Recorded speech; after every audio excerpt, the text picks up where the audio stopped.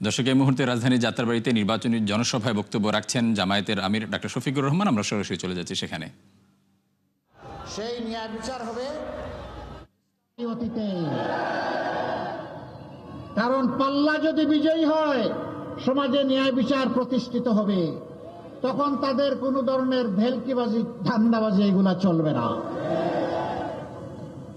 মহান আল্লাহর দরবারে দোয়া করি, আমরা যে ন্যায় ইনসাফের সমাজের স্বপ্ন দেখি, জনগণকে আমরা যে ন্যায় ইনসাফের গল্প শোনাচ্ছি, হে আল্লাহ তুমি আমাদেরকে তৌফিক দাও, আমরা যেন সেই আমানতের ভার বহন করতে পারি।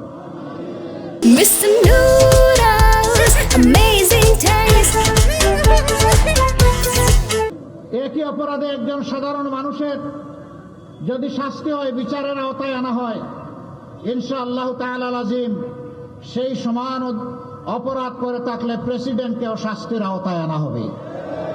এটা দেখা হবে না হু শি অর হি ইজ, তিনি কে, এটা দেখা হবে না। দেখা হবে তিনি অপরাধ করেছেন কিনা।